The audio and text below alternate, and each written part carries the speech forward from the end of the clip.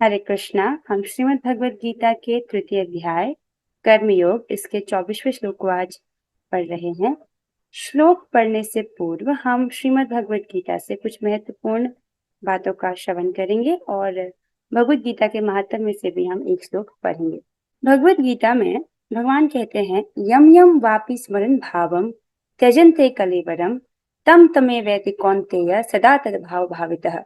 भगवान कहते हैं, अपने इस शरीर को त्यागते समय मनुष्य जिस जिस भाव का स्मरण करता है वह अगले जन्म में उस भाव को निश्चित रूप से प्राप्त होता है।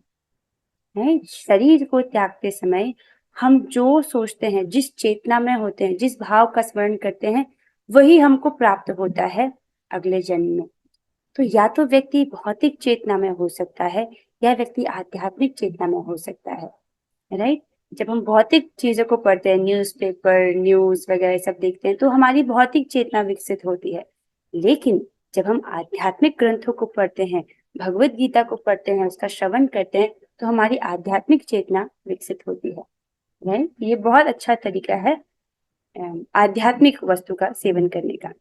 भगवान ये भी बताते हैं कि सर्वोच्च सबसे श्रेष्ठ व्यक्ति कौन है।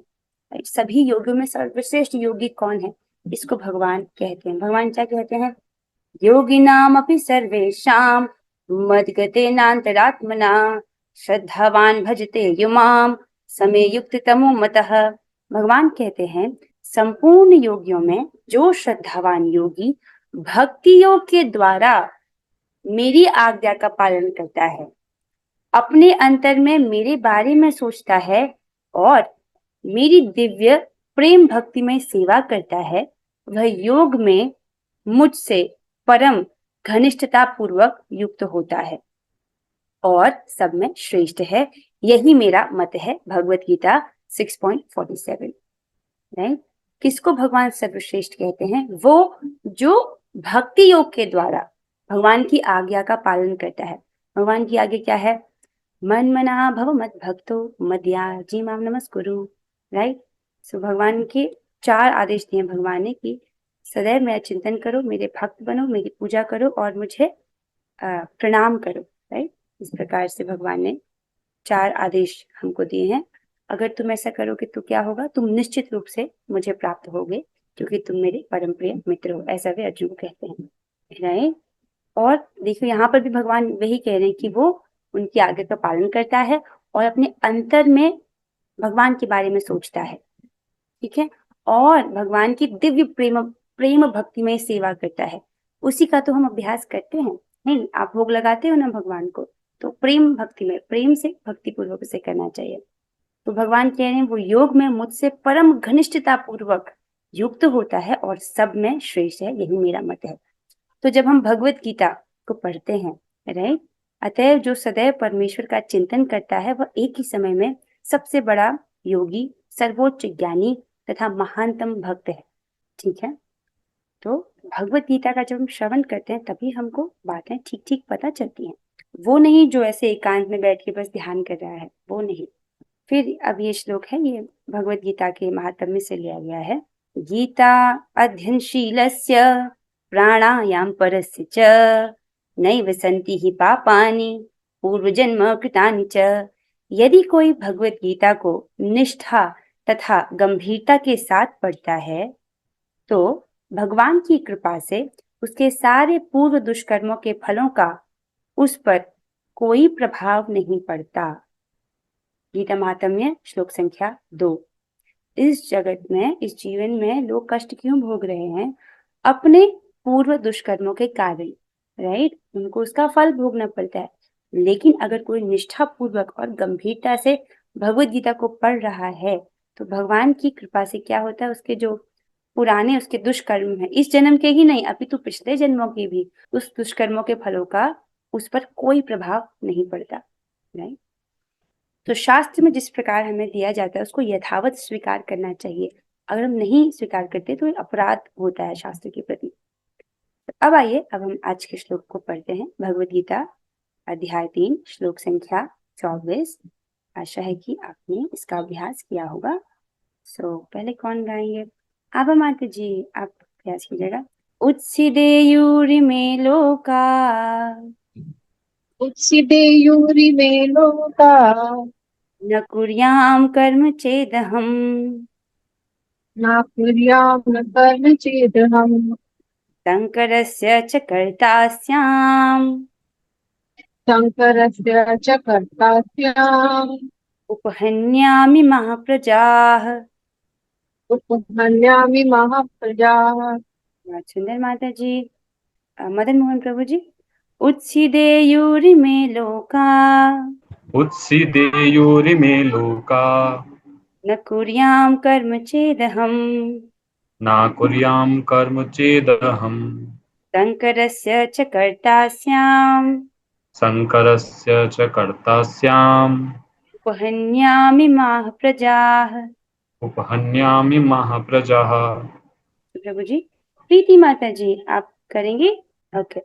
उत्सिदेयुरिमे लोका उत्सीदेयुरिमे लोका न कुर्यां कर्म चेदहम् न कुर्यां कर्म चेदहम् शङ्करस्य च कर्ता स्याम् शङ्करस्य च कर्ता स्याम् उपहन्यामि महाप्रजाः।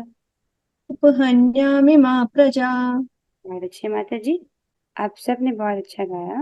तो इस श्लोक में भगवान क्या कह रहे हैं? भगवान कह रहे हैं यदि मैं नियत कर्म न करूं तो ये सारे लोग नष्ट हो जाएं, तब मैं अवांछित जन समुदाय वर्ण संकर को उत्पन्न करने का कारण हो जाऊंगा और इस तरह संपूर्ण प्राणियों की शांति का विनाशक बनूंगा। भगवान क्या कह रहे हैं? उत्सिदेयु अर्थात नष्ट हो जाएं। क्या? इमे लोकाः ये सब लोग। राइट। न कुर्याम कर्म चेदहम। न कुर्याम अर्थात न करूं कर्म अर्थात नियत कार्य। चेदहम यदि मैं जो नियत कर्म है वो ना करूं तो ये सब लोग नष्ट हो जाएं।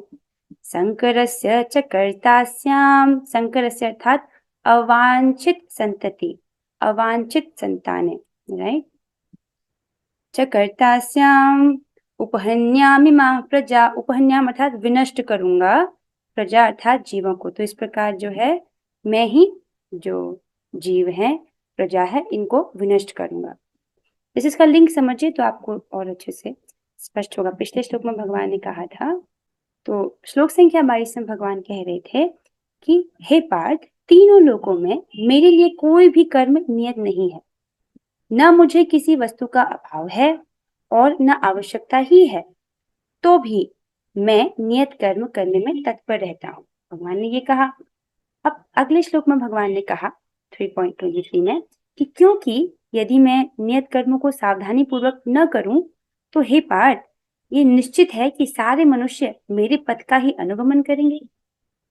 भगवान को कोई भी नियत कर्म करने की आवश्यकता नहीं है। राइट। ये हम पिछली क्लासेस में इसको पढ़ चुके हैं। फिर भी भगवान करते हैं आदर्श प्रस्तुत करने के लिए, अर्थात जिन लोगों को वो नियत कर्म करने की आवश्यकता है उनको आदर्श प्रस्तुत करने के लिए। राइट। उनके लिए भगवान ऐसा करते हैं। अब इस श्लोक में बोल रहे हैं भगवान, अगर मैं ना करूं तो क्या होगा। राइट। अगर मैं आदर्श प्रस्तुत करने के लिए इन नियत कर्मों को ना करूं तो क्या होगा? तो सारे लोग नष्ट हो जाएं। कैसे नष्ट हो जाएंगे? तब मैं अवांछित जो वर्ण संकर है उनको उत्पन्न करने का कारण हो जाऊंगा। जो अवांछित संतानें हैं वो क्या करती हैं? वो धर्म का पालन नहीं करती हैं। राइट। और इस तरह से क्या होगा? संपूर्ण प्राणियों की शांति का विनाशक बनूंगा। अगर जो मानव समाज है वो धर्म का पालन नहीं करेगा तो क्या होगा? सारे जो प्राणी हैं उनकी शांति वो भंग हो जाएगी। शांतियों का भगवान कह रहे हैं संपूर्ण प्राणियों की शांति का मैं विनाशक बनूंगा, क्योंकि सब भगवान का ही अनुगमन करेंगे, सब भगवान को ही फॉलो करेंगे। राइट। हालांकि भगवान को करने की आवश्यकता नहीं है नियत कर्म, फिर भी भगवान ऐसा करते हैं। नहीं करेंगे तो सारे लोग नष्ट हो जाएंगे, ऐसा भगवान कह रहे हैं। अब आइए इसका तात्पर्य को पढ़ते हैं। अनुवाद और तात्पर्य कृष्ण कृपा मूर्ति श्री श्रीमद एसी भक्ति वेदांत स्वामी प्रभुपाद द्वारा। प्रभुपाद जी कह रहे हैं जैसे अपने वर्ण संकर और अवांछित संतान है, इसके विषय में हम अध्याय 2 में पढ़ चुके हैं, तो इसलिए मैं वहां ज्यादा व्याख्या नहीं कर रही हूँ। प्रभुपाद जी हमें क्या कह रहे हैं श्लोक में? वे कह रहे हैं वर्ण संकर अवांछित जन समुदाय है जो सामान्य समाज की शांति को भंग करता है। इस सामाजिक अशांति को रोकने के लिए अनेक विधि विधान हैं जिनके द्वारा स्वतः ही जनता आध्यात्मिक प्रगति के लिए शांत तथा सुव्यवस्थित हो जाती है। जब भगवान कृष्ण अवतरित होते हैं तो स्वाभाविक है कि वे ऐसे महत्वपूर्ण कार्यों की प्रतिष्ठा तथा अनिवार्यता बनाए रखने के लिए इन विधि विधानों के अनुसार आचरण करते हैं। राइट? तो समाज में शांति को बनाए रखने के लिए अनेक प्रकार के विधि विधान होते हैं। राइट? ताकि वो विधि विधान क्यों बनाए जाते हैं? ताकि जो जनता है वो आध्यात्मिक प्रगति की ओर बढ़े।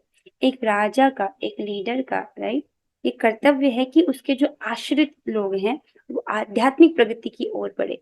अगर वो भौतिक प्रगति की ओर बहुत बढ़ रहा है और आध्यात्मिक प्रगति की ओर नहीं जा रहा है तो वो पूरी प्रजा को आत्महत्या की ओर लेकर जा रहा है। अर्थात देखिए, अगर व्यक्ति आध्यात्मिक अनुशीलन नहीं कर रहा है, केवल आहार निद्रा भय मैथुन में लगा है, तो अगला जीवन फिर से उसको एक और भौतिक देह स्वीकार करना पड़ेगा। मतलब मृत्यु होगी, उसके बाद फिर से जन्म, फिर मृत्यु, फिर जन्म, फिर मृत्यु। तो वो बार बार जन्म मृत्यु के चक्र में फंसा ही रह जाएगा। तो शास्त्र कहता है ये तो आत्मघात है, आत्महत्या है। अगर व्यक्ति आध्यात्म में प्रगति करने के लिए कुछ नहीं कर रहा तो वो अपनी ही आत्महत्या कर रहा है बार बार। सो ये सब विधि विधान इसलिए हैं ताकि जो जनता है वो आध्यात्मिक प्रगति की ओर बढ़े और शांति और सुव्यवस्थितता बनाई रहे। राइट? तो जब भगवान आते हैं उनको ऐसे विधि विधान जो समाज में हैं उनको उनका पालन करने की उनको आवश्यकता है ही नहीं, जैसा कि हम पिछले श्लोकों में पढ़ चुके हैं। सो फिर भी भगवान ऐसा आचरण करते हैं कि इन विधि विधानों के इनकी प्रतिष्ठा बनी रहे। सो भगवान उसको इनके अनुसार कार्य करते हैं। आगे चलते हैं।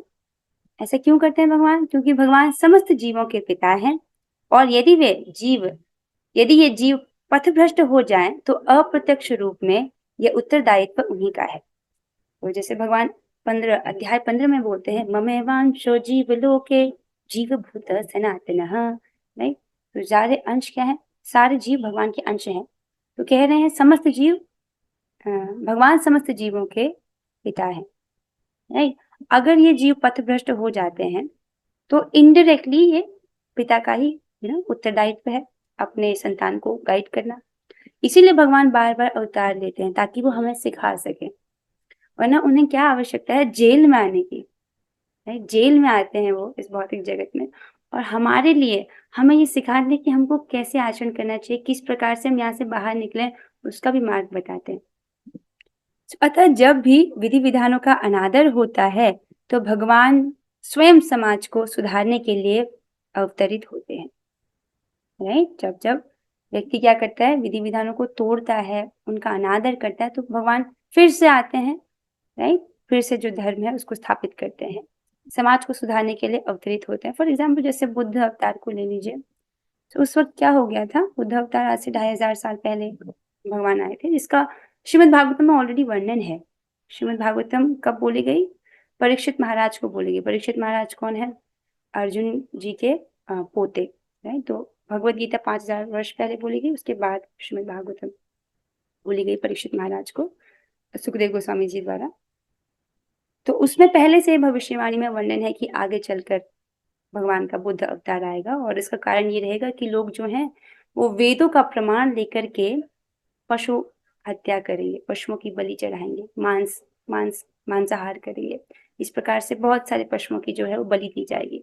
तो उसको रोकने के लिए भगवान जो है बुद्ध के अवतार में आएंगे और कहेंगे कि वेद ही जो है वो अप्रमाणिक है, वेदों को ही नहीं मानेंगे भगवान बुद्ध अवतार में। तो इस प्रकार से ताकि जो जनता है वो इस प्रकार से जो पशु बलि कर रहे हैं उसको रोक सके। तो जब जो व्यक्ति हैं इसी प्रकार से विधि विधानों को नहीं मानते, भगवान स्वयं आते हैं, अवतरित होते हैं उनको सुधारने के लिए और फिर से धर्म की स्थापना करने के लिए।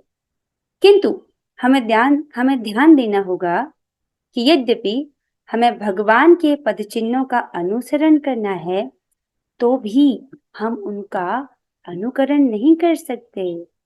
यही आज के श्लोक का मेन बात है जो आपको समझनी है। हमको भगवान के पद चिन्हों का अनुसरण करना है, उनको फॉलो करना है, तो भी हम उनका अनुकरण नहीं कर सकते। तो पहले समझिए अनुसरण अनुकरण होता क्या है। अनुसरण अर्थात इसका एक अर्थ होता है पीछे पीछे चलना, फॉलो करना, राइट। अर्थात उन्होंने जो जो उपदेश हमें दिए हैं उसका पालन करना, वो है अनुसरण करना। और अनुकरण करना क्या होता है, नकल करना। फॉर एग्जाम्पल, जैसे भगवान ने गोवर्धन लीला की थी, राइट। अब गोवर्धन को अपने हाथ में उठा लिया था, बाएं हाथ की छोटी सी उंगली में, तो हम उसकी नकल नहीं कर सकते, वो हमारे लिए संभव नहीं है, राइट। भगवान ने हमारे लिए जो इंस्ट्रक्शंस दिए हैं, जो आदेश दिए हैं भगवत गीता में, उनका पालन हमको करना है, ठीक है। क्योंकि कभी कभी भगवान बहुत प्रकार की लीलाएं करते हैं, उनका अनुकरण कर पाना संभव नहीं है। जैसे द्वारिका में भगवान की 16,108 रानियां हैं, राइट। तो ये अनुकरण नहीं कर सकते व्यक्ति, राइट। भगवान हर वक्त, राइट, एक समय में हर महल में उपस्थित थे, तो ये हमारा सामर्थ्य नहीं कि हम उसको कर सके, राइट। अनुकरण नहीं करना है, अनुसरण करना है। तो भगवान ने गृहस्थ आश्रम किस प्रकार से जिया, क्या आचरण प्रस्तुत किया, वो सीखना है हमको, राइट। अच्छा, अब आगे चलते हैं। तो प्रभुपाद जी कह रहे हैं अनुसरण और अनुकरण एक से नहीं होते। हम गोवर्धन पर्वत उठाकर भगवान का अनुकरण नहीं कर सकते, उनकी नकल नहीं कर सकते, जैसा कि भगवान ने अपने बाल्यकाल में लिया था। ऐसा कर पाना किसी मनुष्य के लिए संभव नहीं, नहीं। हमें उनके उपदेशों का पालन करना चाहिए, किंतु किसी भी समय हमें उनका अनुकरण नहीं करना है, राइट। तो जब जो रासलीला को देखे, तो अगर व्यक्ति ये सोचे कि भगवान रास करें तो हम भी करें, तो ये महामूर्खता है, ऐसा नहीं करना है। हमको भगवान के उपदेशों का पालन करना है। तो इसमें प्रभुपाद जी एक श्लोक कोट कर रहे हैं श्रीमद् भागवतम के 10वें स्कंद के 33वें अध्याय के 30वें और 31वें श्लोक को। कह रहे हैं कि श्रीमद् भागवत भी इसकी पुष्टि करता है। किस प्रकार से, न तत्समाचरे चातु मनसापि ह्यनीश्वरः विनश्यत्याचरन् मौढ्यात् या रुद्रो द्विजं विषम् ईश्वराणां वचः सत्यं तथैवाचरित्वं क्वचित् तेषां यत्स्ववचो युक्तं बुद्धिमास्तत् समाचरेत्। तो इस श्लोक का क्या अर्थ है? इसमें बोला गया है मनुष्यों को भगवान तथा उनके द्वारा शक्ति प्रदत्त सेवकों के उपदेशों का मात्र पालन करना चाहिए। उनके उपदेश हमारे लिए अच्छे हैं और कोई भी बुद्धिमान पुरुष बताई गई विधि से उनको कर्मान्वित करेगा, राइट। फिर भी मनुष्य को सावधान रहना चाहिए कि वह उनके कार्यों का अनुकरण न करे, उनकी नकल न करे। जैसे उसे शिवजी के अनुकरण में विष का समुद्र नहीं पी लेना चाहिए। तो शिवजी क्या है, वो विष पान करते हैं, राइट। समुद्र मंथन की लीला में शिवजी जो है विष पान करते हैं। तो क्या है, व्यक्ति उसका अनुकरण नहीं कर सकता, नकल नहीं कर सकता है, ओके। तो क्या बोल रहे हैं, मनुष्य को भगवान तथा उनके द्वारा शक्ति प्रदत्त सेवक, तो भगवान और जो उनके सेवक हैं जैसे कि शिव जी, माँ दुर्गा आदि जितने देवता हैं, वो सब, उनका इंस्ट्रक्शंस को फॉलो करना है। वो जो करते हैं उसको कॉपी नहीं करना है, ठीक है। उपदेश हमारे लिए अच्छे हैं, उपदेश हमको दिया जाता है हमारे चेतना, हमको देख करके, राइट। तो लेकिन उनके पास तो असीमित शक्ति है ना, वो उस कार्य को कर सकते हैं। तो हम मनुष्य जो कर सकता है उस हिसाब से उसको आदेश दिया जाता है। इसलिए मनुष्य को सावधान रहना चाहिए कि उनके कार्यों का वो अनुकरण ना करे। हमें सदैव ईश्वरों की या सूर्य तथा चंद्रमा की गतियों को वास्तव में नियंत्रित कर सकने वालों की स्थिति को श्रेष्ठ मानना चाहिए। कितनी सुंदर बात कही गई है। तो ईश्वर का अर्थ होता है जो कंट्रोलर, उसको बोलते हैं ईश्वर। तो जो सूर्य तथा चंद्रमा की गतियों को कंट्रोल कर सकते हैं, राइट। जैसे भगवान भगवद गीता में बोलते हैं कि ये चंद्रमा का प्रकाश भी उन्हीं से आता है, सूर्य का प्रकाश भी भगवान से ही आता है। तो भगवान ही नियंत्रित करते हैं, राइट। तो सूर्य तथा चंद्रमा की गतियों को वास्तव में जो नियंत्रित कर सकने वाले हैं, ऐसे लोगों की स्थिति को अपने से श्रेष्ठ ही मानना चाहिए। ऑब्वियसली वो श्रेष्ठ ही है। तो ऐसी शक्ति के बिना कोई भी सर्वशक्तिमान ईश्वरों का अनुकरण नहीं कर सकता। यहाँ पर ईश्वरों प्लूरल में क्यों लिया गया है, क्योंकि ईश्वर का मतलब होता है जो कंट्रोल करता है, राइट। तो कंट्रोल करने वाले अलग अलग लेवल पर होते हैं, जैसे इंद्र है, उनके पास भी कंट्रोल है वर्षा का, राइट। तो इस प्रकार से अलग अलग लेवल के जो है कंट्रोल दिए गए हैं विभिन्न देवी देवताओं को, इसलिए ईश्वरों शब्द का उपयोग हुआ है। लेकिन भगवान कभी भी आप प्लूरल में यूज नहीं कर सकते, भगवान, no, that would be wrong. भगवान तो एक ही है, राइट। शिव जी ने सागर तक के विष का पान कर लिया, किंतु यदि कोई सामान्य व्यक्ति विष की एक बूंद भी पीने का यत्न करेगा तो वो मर जाएगा। यहाँ पर ये उदाहरण दिया गया, जैसे ये लीला देखिए, इसका हम अनुकरण नहीं कर सकते, राइट। उन्होंने क्या किया था, जब समुद्र मंथन हुआ था उसमें विष निकला था, उसको शिव जी ने धारण किया था निकंठ में, वहां से अंदर नहीं प्रवेश किया विष, यहाँ पर यहीं तक जो है उस विष को रखा गया, तभी उनका जो कंठ है वो नीला है, नीलकंठ उनको बोला जाता है। तो उनका विष पान किया उन्होंने, सागर, शिवजी ने सागर तक के विष का पान कर लिया, किंतु यदि कोई सामान्य व्यक्ति विष की एक बूंद भी पीने का प्रयास करेगा तो वो मर जाएगा। उसी प्रकार से अगर हम भगवान की लीलाओं का अनुकरण करेंगे, यहाँ पर एक उदाहरण दिया गया है, उसे उपलक्षण से सब समझ जाना चाहिए, राइट। उसी प्रकार अगर हम भगवान की लीलाओं का अनुकरण करेंगे, कॉपी करेंगे, तो क्या होगा, आत्मघाती है ये, हम अपराध कर बैठेंगे। अपराध करते हैं तो क्या होता है, हमारी भक्ति कुंठित हो जाती है। आगे चलते हैं। शिव जी के अनेक छद्म भक्त हैं जो गांजा तथा ऐसी ही अन्य मादक वस्तुओं का सेवन करते रहते हैं, किंतु वे यह भूल जाते हैं कि इस प्रकार शिव जी का अनुकरण करके वे अपनी मृत्यु को निकट बुला रहे हैं। आपने देखा होगा ऐसा, पोस्टर भी बना देते हैं लोग भगवान शिव को गांजा पीते हैं, जो कि कितना गलत है, वो वैष्णव है। तो ऐसे छद्म भक्त हैं, मतलब वो भक्त नहीं है, बस छद्म मतलब जिसने छलिया, जो छल कर रहे हैं, भक्त बनने का स्वांग रचा है, ढोंग रचा है, राइट। उनको गांजा पीना है, इसलिए वो शिव जी का सहारा लेकर के ऐसा कर रहे हैं, राइट। तो क्या करते हैं, ऐसी अन्य मादक वस्तुओं का सेवन करते रहते हैं, किंतु वे भूल जाते हैं कि इस प्रकार शिव जी का अनुकरण करके वे अपनी मृत्यु को निकट बुला रहे हैं। तो ऐसा नहीं करना है, ठीक है। फिर आगे बोलते हैं, इसी प्रकार भगवान कृष्ण के भी अनेक छद्म भक्त हैं। जैसे जैसे शिव जी के भी छद्म भक्तों के विषय में सुना, तो बोल रहे हैं इसी प्रकार भगवान कृष्ण के भी अनेक छद्म भक्त हैं जो भगवान की रास लीला या प्रेम नृत्य का अनुकरण करना चाहते हैं, राइट, किंतु भूल जाते हैं कि वे गोवर्धन पर्वत को धारण नहीं कर सकते, राइट। सो कुछ लोग ऐसे सोचते हैं कि जैसे जो गोपियों के साथ, जैसे गोपियों के साथ पारकिया, एक तो होता है स्वकीय रस, एक होता है परकीय रस, राइट। तो भगवान श्री कृष्ण और गोपियों के मध्य में परकीय रस है।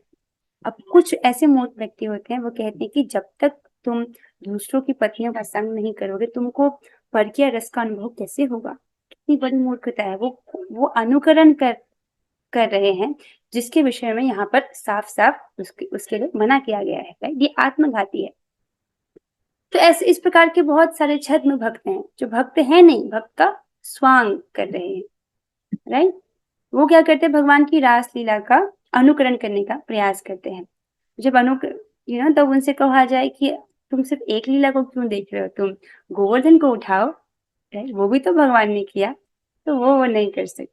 तो देखना चाहिए, राइट, हम भगवान का अनुकरण नहीं कर सकते हैं, भगवान ने जो उपदेश हमें दिए हैं हमें उसका पालन करना चाहिए, ठीक है। एक गोवर्धन क्या है, कोई ट्रक नहीं उठा सकता, चलो एक उंगली से नहीं, एक हाथ से या दोनों हाथ से भी कोई ट्रक नहीं उठा सकता, पहाड़ की तो बात ही कुछ और है। आगे प्रभुपाद जी कहते हैं, अतः सबसे अच्छा तो यही होगा कि लोग शक्तिमान का अनुकरण न करके केवल उनके उपदेशों का पालन करें, न ही बिना योग्यता के किसी को उनका स्थान ग्रहण करने का प्रयत्न करना चाहिए। कई बार क्या होता है, लोग अपने आप को ही भगवान कहते हैं। ऐसे बहुत सारे लोग मिलेंगे जो अपने आप को ईश्वर या भगवान की पदवी देते हैं। तो ऐसे प्रभुपाद जी कह रहे हैं कि ना ही बिना योग्यता के किसी को उनका स्थान ग्रहण करने का प्रयत्न करना चाहिए। जब भी कोई अपने आप को भगवान बोले, उससे बोलना चाहिए कि आप भी भगवान की तरह विराट स्वरूप दिखाइए ना, जो भगवान श्री कृष्ण ने दिखाया था अर्जुन को। ऐसे अनेक ईश्वरों के अवतार कोट एंड कोट अर्थात छद्म ढोंगी लोग हैं जिनमें भगवान की शक्ति नहीं होती, राइट। खुद को बोलेंगे कि हम भगवान के अवतार हैं। भारत में तो ऐसा बहुत होता है, तो उनसे हमें सतर्क रहना है, राइट। तो ऐसे वो छद में ढोंगी लोग हैं, उनमें क्या है, भगवान की शक्ति नहीं होती। आप उनसे कहो कि विराट रूप दिखाए तो मानेंगे। अभी तो उनका इतना भी नियंत्रण नहीं है कि वो अपनी ही प्रकृति को कंट्रोल कर सके, अर्थात वॉशरूम जाना, खाना ना खाना, वो तो उन्हें करना ही पड़ता है, isn't it? इसका मतलब है कि वो भी अपने ही शरीर को कंट्रोल नहीं कर सकते हैं। आइए इधर। सो इसके साथ ये जो टीका है यहाँ पर समाप्त होती है। वन मोर थिंग, भगवान जब आते हैं तो वो बहुत सारी लीलाएं करते हैं, राइट, और वे आदर्श भी प्रस्तुत करते हैं कि हमको किस प्रकार से आचरण करना चाहिए। लेकिन कुछ लीलाएं ऐसी हैं जिनका हम अनुकरण नहीं कर सकते हैं। तो ऐसा क्यों करते हैं भगवान? भगवान अपने भक्तों को सुख प्रदान करने के लिए ऐसा करते हैं। जैसे कि हमने पढ़ा कि 5 प्रकार के रस होते हैं, राइट, शांति रस, दास्य रस, साख्य रस, वात्सल्य रस और माधुर्य रस, राइट। तो जैसे यहाँ पर गोपियां हैं, ये भगवान के साथ माधुर्य रस में है। माधुर्य रस में जो जीव है वो क्या सोचता है, वो भगवान को अपने प्रियतम या पति के रूप में देखता है। तो भगवान भी वैसे ही उनके साथ आदान प्रदान करते हैं। भगवान इसको भगवद गीता में बोलते हैं, जो मेरा जिस प्रकार से भजन करता है मैं भी उसको उसी प्रकार से भजता हूँ, राइट। तो क्योंकि यहाँ पर सभी ने उनको प्रियतम के रूप में चाहा था, उनके सुख हेतु भगवान उनके साथ रास का दान करते हैं, राइट। उसी प्रकार से भगवान अपने भक्तों को सुख देने के लिए आते हैं, विशेष रूप से भगवान अपने भक्तों को सुख देने के लिए आते हैं। So coming back here, just one last thing. हाँ, जब हम भगवान के विषय में पढ़ते हैं श्लोक संख्या 22 से लेकर के 24 में, जिसमें भगवान कह रहे हैं कि तीनों लोकों में मेरे लिए भी कोई भी कर्म नियत नहीं है, राइट, फिर भी मैं अपने नियत कर्म को करता हूँ, राइट। ऐसे भगवान कहते हैं क्योंकि जन सामान्य को आदर्श प्रस्तुत करने के लिए। अगर वो ऐसे नहीं करेंगे तो सारे मनुष्य उनका ही अनुगमन करेंगे। तो मन में ये उत्सुकता आती है कि मन में ये उत्सुकता आती है कि भगवान ने किस प्रकार का आदर्श प्रस्तुत किया, जिसका विशद वर्णन है श्रीमद् भागवतम के 10वें स्कंद में। तो 10वें स्कंद को हम ऐसे डायरेक्टली नहीं पढ़ सकते हैं। प्रभुपाद जी कहते हैं कि हमको पहले स्कंद से स्टेप बाय स्टेप सीक्वेंशियली वहां तक उसको पढ़ना चाहिए। पर फिर भी कृष्ण बुक में प्रभुपाद जी ने 10वें स्कंद को समराइज किया है, उसको हम पढ़ सकते हैं। तो जब हम भगवान के श्लोक को पढ़ते हैं तो मन में ये जिज्ञासा तो आती है ना कि भगवान ने क्या आदर्श प्रस्तुत किया, राइट, है ना। सो कल शनिवार है, तो जैसा कि हमने ये डिसाइड किया था कि हम शनिवार और रविवार को भागवतम से कथा पढ़ेंगे। तो इसी श्लोक को समझने हेतु हम आने वाली कक्षा में भगवान ने जो आदर्श प्रस्तुत किए, राइट, उस विषय में हम श्रवण करेंगे, राइट, श्रीमद् भागवतम से, कृष्ण बुक से हम उसको पढ़ पाएंगे जितना हम पढ़ सकते हैं। Let's see that, okay. So with this हम आज की कक्षा को यहीं पर समाप्त करते हैं। आज प्रश्न उत्तर नहीं है। देखो, जो भी पूरी कक्षा में सीखते हैं ना, भगवत गीता को समझने का तरीका है मनन करना। मनन करना अर्थात आपने कुछ सोचा, आपने कुछ सुना, ठीक है, आपको कुछ बात समझ आए, अब आप उस जो आपको बात समझ आए उस विचार को बार बार सोच रहे हो कि इसका क्या अर्थ है, उस विषय में आप सोच रहे हो, उसको बोलते हैं मनन करना। और जैसे जैसे हम भगवत गीता पढ़ते हैं, जब करते हैं, तो व्यक्ति में ये मननशीलता आती है, वो विचारवान होता है। इसलिए आपको बोला जाता है कि आप क्लास के बाद लिखिए, एटलीस्ट पहला स्टेप तो हो कि आपने श्रवण किया, आपने क्या बात लेकर गए, राइट, वो पता चले, फिर उसके बाद व्यक्ति उस पर मनन करना प्रारंभ करता है। सो जो भी आपने सीखा हो वो एक बात आप उसको ग्रुप में लिख सकते हैं। अब हम 3 बार हरे कृष्ण महामंत्र करेंगे। चलिए साथ में करते हैं। हरे हरे कृष्णा कृष्ण कृष्ण हरे हरे राम राम हरे हरे। हरे कृष्णा कृष्ण कृष्ण हरे राम राम हरे हरे। हरे कृष्णा कृष्ण कृष्ण हरे राम राम हरे। श्रीमद् भगवद गीता की जय। श्रील प्रभुपाद की जय। और श्री गौरांगा। हरे कृष्णा।